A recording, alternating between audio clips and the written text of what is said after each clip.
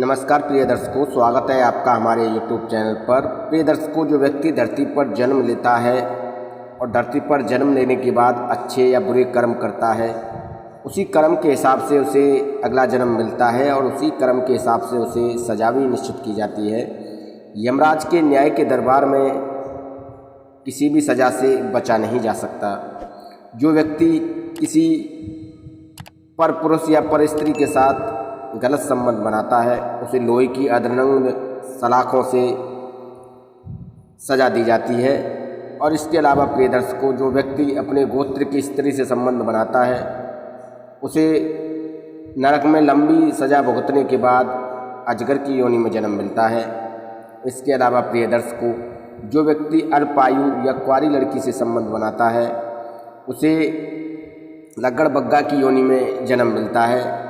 प्रिय दर्शकों, जो व्यक्ति कामसूत्र की भावना से पीड़ित होकर अपने गुरु की पत्नी का मान भंग करता है, उसे काफ़ी दंडनीय सजा नरक लोक में दी जाती है और उसे सर्प की योनि में जन्म मिलता है। प्रिय दर्शकों, जो व्यक्ति दूसरों की संपत्ति हड़पते हैं, उन्हें तपश्रम नामक नरक में डाला जाता है और उन्हें यहाँ तपती हुई धूप में जब तक पीटा जाता है, जब तक मारा जाता है, जब तक वो बेहोश न हो जाएं। इसके अलावा प्रिय दर्शकों, जो व्यक्ति दूसरों का मान सम्मान नहीं करते, अपने बड़ों का मान सम्मान नहीं करते, उन्हें कलासूत्रम नरक में डाला जाता है और यहाँ उन्हें तपती हुई धूप में जब तक रखा जाता है जब तक उनकी सज़ा पूरी न हो जाए।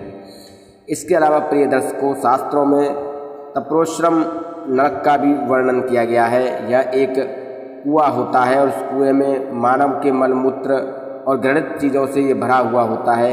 यहाँ पर उन आत्माओं को लाया जाता है जिन्होंने अपनी शक्तियों का गलत प्रयोग किया हो, अपने से कमज़ोर व्यक्तियों के साथ दुर्व्यवहार किया हो, गलत लोग सही लोगों को सताया हो।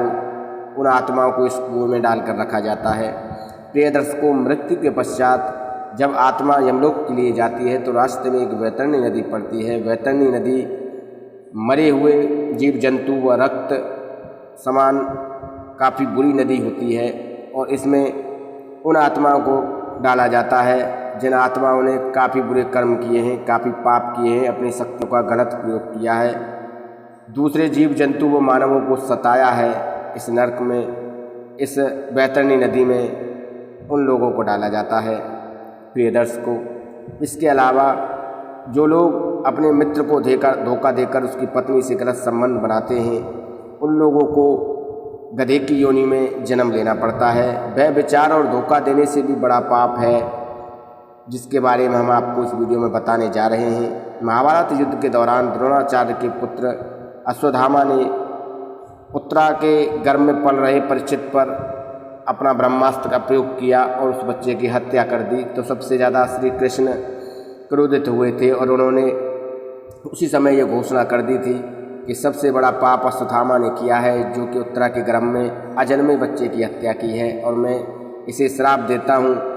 और उसी समय भगवान श्री कृष्ण चिंतामणि रत्न को उसके मुकुट से उतार लेते हैं और उसे श्राप देते हैं कि तुमने जन्म तो देख लिया है पर तुम मृत्यु को नहीं देख पाओगे।